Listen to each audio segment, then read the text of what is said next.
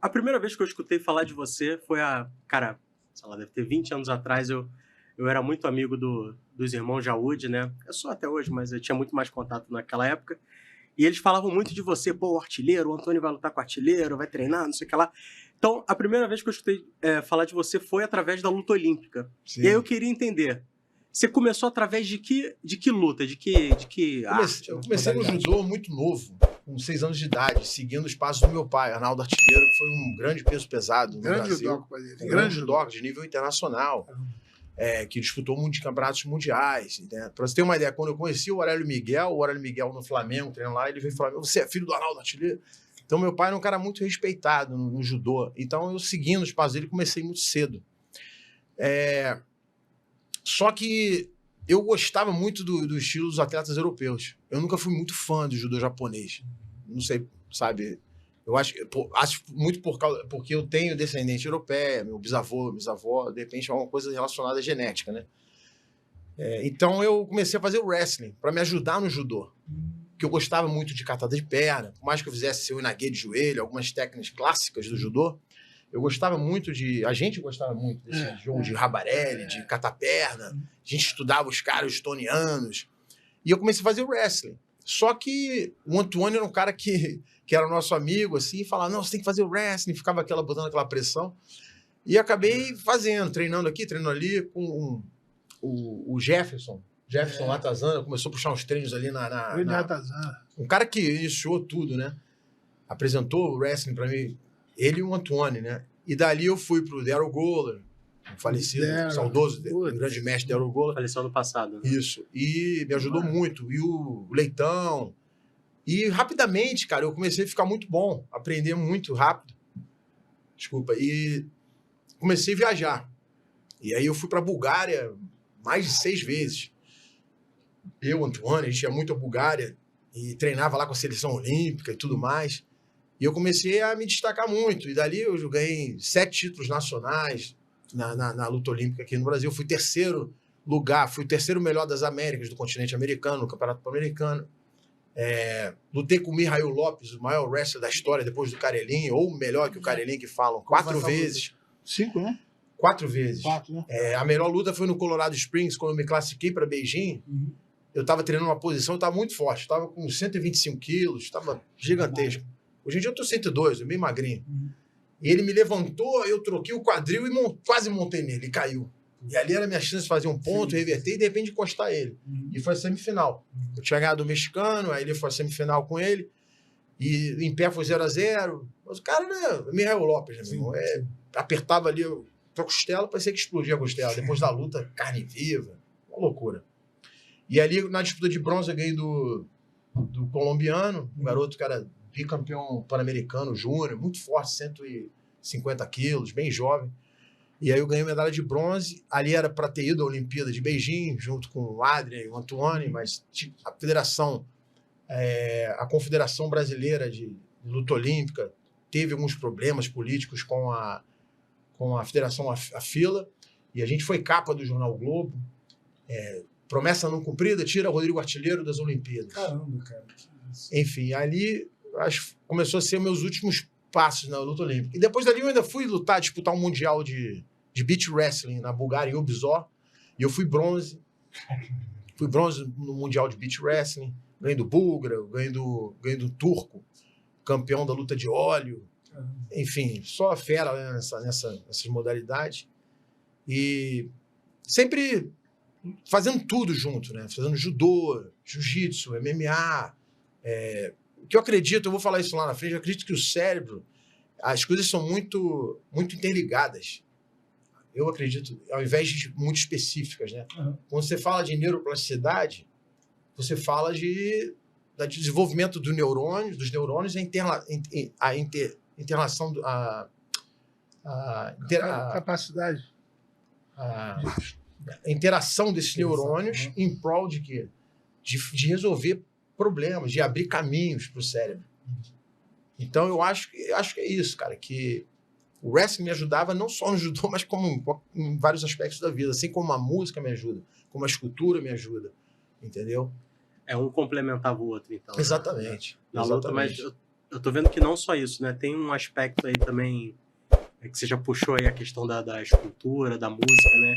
Então não é só um aspecto físico, né? Realmente tem uma coisa Estoico.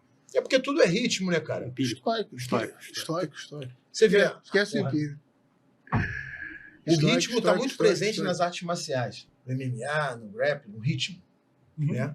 Fogo, né? 1, 2, 1, 2, 3, devagar, rápido, lento, troca o ritmo, né? E o que tem na música? Ritmo. O que tem no basquete? Ritmo. No esporte em geral, ritmo. Entendeu? Eu gostava de treinar mascando chiclete, cara. Acredita? Interessante. Aí depois eu vi... Interessante. Como é que é estudo isso? Muito interessante. Eu escondi o chiclete. Aí quando eu treinar com os faixas azuis, faixa roxa, assim, antes de uma luta, aí eu, de acordo com a mastigada do chiclete, eu ia O ritmo. no Ele falou ritmo. uma coisa interessantíssima, porque a minha Chiclete. professora de violoncelo, uma cubana, ela falava, porque não sei se vocês percebem, o saxofonista, ele conta o ritmo às vezes com o pé. Metrônomo, pá, pá, como ele tá tocando no pé, né? O violoncelista não pode fazer isso com o pé. Senão ele vai atrapalhar tudo. Tá. Então o que ele faz? O violonista também, com a cabeça. Ele faz muito com a cabeça, para contar os ritmos. E ela falava, eu fazia com a língua. Eu fazia com a língua. Ele acabou de falar aqui que lutava mascando chiclete. E o ritmo é muito importante. Qual é um lutador fácil de ser batido? É o lutador que tem um ritmo só. Ou ele é muito rápido, ou ele é muito lento. Quando o cara começa a mesclar tudo, ele começa lento, daqui a pouco ele é rápido, ele volta. Ele te engana. Ele não é previsível. Entendeu? O ritmo é uma coisa muito importante em qualquer esporte, em qualquer aspecto da vida.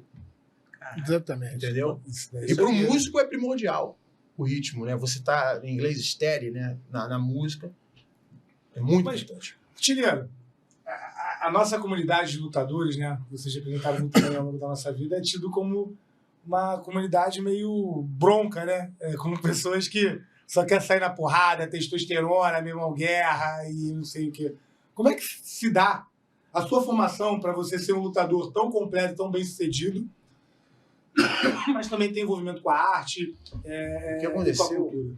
Desculpa te cortar. O que aconteceu? Eu comecei com a música. Muito jovem, com 7 anos de idade, tocando trompete na Igreja Assembleia de Deus. O meu professor, o Sadoc Júnior, hoje em dia é o maior trompetista do Brasil. Só que o que aconteceu? Eu, juntamente com meu primo, Tiago Holanda, a gente começou na música juntos. Só que eu sofria bullying. Eu esperava minha mãe com a maletinha de trompete lá no play, vi uns caras grandes, meti uma porrada. Os caras não tinham noção do perigo que eles Eu estavam falei, fazendo, né, mas Paulo? eu falei, eu menininho de 7 anos. Eu falei, se eu continuar com isso, eu vou morrer. Eu preciso aprender a lutar. E eu acabei me desviando da música. Meu primo não desviou da música. Hoje em dia ele foi finalista do Grammy. Acho que é um cara muito bom para trazer para cá. Por favor. Finalista do Grammy. Os maiores músicos do Brasil. Tocou com Andrew Bocelli em Dubai. Pô, é sensacional. E foi um cara que continuou. Paulão conheceu ele, tudo. Thiago Holanda. E continuou na música. E eu fui para a luta. Me destaquei no mundo da luta. Só que meu pai sempre... Eu sou muito grato aos genes que eu tive da minha mãe e do meu pai. A minha mãe era uma pessoa que... Eu sou apaixonado por línguas. Eu falo 5 línguas hoje em dia. Eu falo hebraico, português. Hebraico eu falo, não vou dizer que eu falo fluente, mas me viro muito bem. Português, inglês, espanhol e francês. A minha mãe falava inglês fluentemente, sem nunca ter ido aos Estados Unidos, né? E ela escrevia poemas. A escultura é uma poesia sem palavras. É tudo que vem dentro de você, né? De dentro para fora. E meu pai era um diretor da Globo, trabalhou com Boni, foi um dos caras que fundou a Rede Globo praticamente. Legal. Eu tenho um quadro do Roberto Marinho em casa. Obrigado, Arnaldo Artilheiro, por ter ajudado a fundar a Rede Globo. Com mais de 40 anos de Globo. Paulão, grande amigo do meu pai. Pô, Arnaldo Artilheiro. Papos, Arnaldo Artilheiro. E era ator também. Fez... Então eu tenho uma genética muito artística. Meu irmão é copywriter, né? Em português eu sempre esqueci. Copywriter nível internacional. Minha irmã... Não tem português assim. Minha irmã também, muito, muito inteligente. Então, eu vim de uma família artística, graças a Deus, né? E meu pai sempre me incentivou, sempre me deu presente, sempre tive lá um violão, uma guitarra, uma harpa. E eu sempre tive esse contato com a música, sempre tive uma vontade no meu coração de voltar sério à música. Com a morte do meu pai, eu desenvolvi um PTSD, que é o Post-Traumatic Disorder, né? Aquela doença que os militares desenvolvem na guerra, né? De estresse, por tudo que passou, dormir em hospitais públicos no Brasil, uma coisa muito doida. E indo muito a Israel, que eu fui muito a Israel por causa do Krav Maga, ensinar jiu-jitsu para eles e aprender Krav Maga, hoje eu sou faixa preta de Krav Maga, treine muito com as forças especiais lá e tudo mais. Eu conheci o Roy Levy, um grande amigo meu, que o pai dele era cego de um olho e foi ex-combatente da Guerra dos 6 Dias, uma das guerras mais sérias do Estado de Israel. E quando eu fui muito à casa dele, vários shabbats e tudo, eu via muitas esculturas. Não, meu pai, depois da Guerra de 6 Dias, o governo de Israel mandou ele para a Holanda para ele aprender argila, para aprender escultura. Era uma forma dele, quer dizer, tratar aquele trauma. Exatamente. Pós-traumático, né? Exatamente. E um dos chefes do maior serviço secreto de Israel, ele também, depois da carreira, foi para a Universidade de Tel Aviv aprender pintura e escultura. E aí eu comecei a me aprofundar nisso. Eu falei, realmente a escultura ela é muito terapêutica para o cérebro. E aí, quando eu cheguei nos Estados Unidos e tudo, eu comecei a experimentar, até que eu comecei a me ver 7 horas esculpindo alguma coisa. Eu falei, cara, peraí, nem na luta eu era tão doido assim. Perdeu tua atenção, tinha né? uma fixação, né? E era uma coisa, cara, louca. Até que eu conheci esse cara, o Kevin Chambers, foi um cara que foi o meu mentor na escultura, eu aprendi muitos dos maiores escultores do mundo, realistas. E eu perguntei a ele, você dá seminário, dá aula de private? Não, eu vou dar um workshop aí, tu aparece lá. Quando eu cheguei lá, brother, ele me olhou assim, quem é você, o segurança? Não, eu tô aqui para aprender e tal. Aí comecei lá, tal, tinha modelo lá, não sei o quê, tal. Aí fomos almoçar todo mundo. Aí o que você faz? Eu comecei a falar, não, eu trabalhei para UFC, fui campeão mundial de jiu-jitsu sem kimono, faixa preta disso, daquilo. Aí ele, nossa, O que tá fazendo aqui? você tem que ensinar a minha esposa a aprender a lutar. Você quer dar aula para ela? Quanto você cobra? Aí eu fiquei tão aficionado com aquilo, eu falei, olha só, é sério mesmo isso? Então vamos fazer o seguinte, me ensina a esculpir, que eu ensino ela a lutar. E aí foram anos e anos, cara, essa parceria. Pô, foi assim, Foi bom pra ele, né? Porque Eu não lembro de ele falar Não, disso. mas é o seguinte, além dele, eu fui para a Grécia, aprendi com Robert Bolden, diretor da Escola de Arte de Firenze. Caraca. Alicia Ponte, Eran Weber, Eudaldo de Joana, Gregor, polonês. Eu aprendi com os melhores do mundo, cara. Entendeu? E esculpia demais. Em 6 meses, fazendo escultura, eu fui convidado a esculpir o Siti Vivian. Quem foi o Siti Vivian? Foi o ex-ministro dos Estados Unidos, que era braço direito, conselheiro do Martin Luther King, no movimento, na minha opinião, o maior movimento da história da humanidade. O movimento Civil Rights Movement, Equality, movimento de igualdade. Né? Pra onde foi essa escultura? No Atlanta History Center Museum, um dos maiores museus do sul dos Estados Unidos. Em bronze está lá. E eu conheci ele com 96 anos, já com demência, a mão desse tamanho, apertando minha mão. Troquei ideia, na época do Covid, conversei com ele mais de 1 hora, tirei foto dele, pele e osso ele. Sério? E tirando foto e tudo. E aí a família falou, olha, a gente tem você e a gente tem esse escultor aqui. E a gente vai analisar quem a gente vai preferir e vai colocar no museu. O cara com 30... Não sai na mão, não? Não. Sair da mão ia ser fácil. Né? Escultura estava difícil. O cara 30 anos de experiência. Sim. Lá num dos estados americanos, esqueci o nome, fez todos os monumentos da cidade. Só que no final, eles decidiram, Rodrigo, a gente gostou mais da sua escultura. Ah, que maneiro. Você representou mais a personalidade do nosso pai, tá viva, não sei o quê, E o cara da com cidade. 6 meses.